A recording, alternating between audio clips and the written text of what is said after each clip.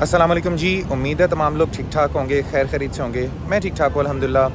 कई लोग मुझसे ये सवाल कर रहे थे कि जी फ्रीलांस वीज़ा और वर्क वीज़ा के अंदर क्या डिफ़रेंस होता है, और सवाल बड़ा वैलिड भी है क्योंकि बहुत सारे लोगों को फ्रीलांस वीज़ा और वर्क वीज़ा के दरमियान डिफ़रेंस नहीं पता।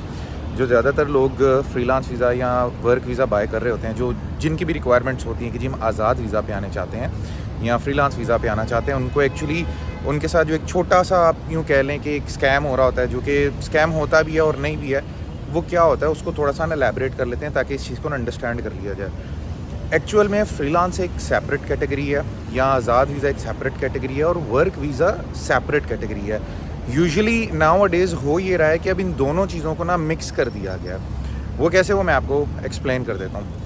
फ्रीलांस वीज़ा का जो स्ट्रक्चर होता है ना, वो ये होता है कि आप एक सेपरेट वीज़ा बाय करते हैं, जिसके बाद आपको यहाँ पर फ्रीलांस जो लाइसेंस होता है वो इशू किया जाता है। फॉर एग्जांपल जैसे पाकिस्तान के अंदर अगर आप फ्रीलांसिंग करते हैं घर बैठ के, जिसके लिए कोई भी रिक्वायरमेंट नहीं होती, आप कैमरा मैनिंग करते हैं, आप वीडियोग्राफी करते हैं, आप अपवर्क पे, फाइवर्स पे, इन सारी जगहों पे काम करते हैं, लेकिन जब यहाँ पर आकर आप काम करेंगे एज अ फ्रीलांस, अपना कोई भी एजेंसीज़ टू एजेंसीज़ हायर करेंगे, इधर आप डिजिटल मार्केटर हैं, आप सोशल मीडिया डिज़ाइनर हैं, आप वेबसाइट डिज़ाइनर या डेवलपर हैं, एज अ फ्रीलांस आप काम पकड़ते हैं जाके, उसके लिए आपको लाइसेंस की ज़रूरत होती है जो कि आप यूएई गवर्नमेंट से बाय करते हैं। This is what we called a freelance visa actual में।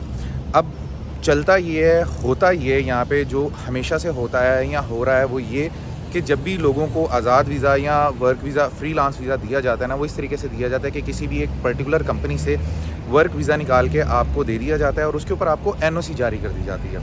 अब वो एनओसी के ऊपर वो कंपनी ये मेंशन करती है कि आप कहीं पे भी काम कर सकते हैं, और मोस्ट प्रोबेबली अक्सर लोगों की तो ये रिक्वायरमेंट भी होती है कि जी हमें फ़लानी कंपनी की एनओसी चाहिए ताकि वो उस पर्टिकुलर कंपनी के अंदर काम कर सकें। जो अच्छी कंपनीज़ होती हैं, जिनको पता होता है कि हमने सिर्फ अपना वीज़ा बेचना था, वो आपको अपना वीज़ा सेल कर देती है और एनओसी दे देती हैं, आपको ड्राइविंग लाइसेंस का एनओसी दे देती हैं, तमाम तरह के जो लवाजमात हैं वो आपको एनओसी आपको दे दी जाती है, जिसके बाद आप आज़ादी से जो है ना उस पर्टिकुलर कंपनी में जहाँ की एनओसी आपकी बनी है वहाँ पे काम कर रहे होते हैं। ये कुछ ऐसी डेप्थ इन्फॉर्मेशन है जो ज़्यादातर लोगों को पता ही नहीं है कि दोनों में डिफरेंस क्या होता है। हम जो किसी भी कंपनी का वर्क वीज़ा लेके उसके ऊपर एनओसी लेके उसी ही को आज़ाद वीज़ा या फ्रीलांस वीज़ा कंसीडर कर रहे होते हैं, जबकि वो एक्चुअल में वर्क वीज़ा होता है किसी पर्टिकुलर कंपनी का जो ज़्यादातर लोगों को दिया जाता है। जो एजेंट हजरात या कंपनीज़ होती हैं, बनती हैं 4, 5, 6, 8, 10 का कोटा मिला आप लोगों को, वो दे दिया गया, उसके बाद एनओसीज़ दे दी गई।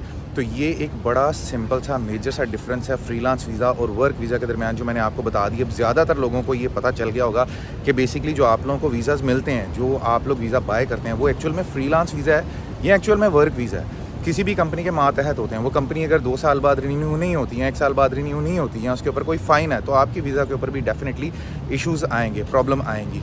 अगर नहीं है, अच्छी बात है, कंपनी बहुत अच्छी है, हाई स्केल की कंपनी है, आपका अरबाब हर 2 साल बाद कंपनी रिन्यू कर रहा है, आपका जो वीज़ा है वो रिन्यू हो रहा है, तो फिर मसले वाली बात कोई नहीं होती।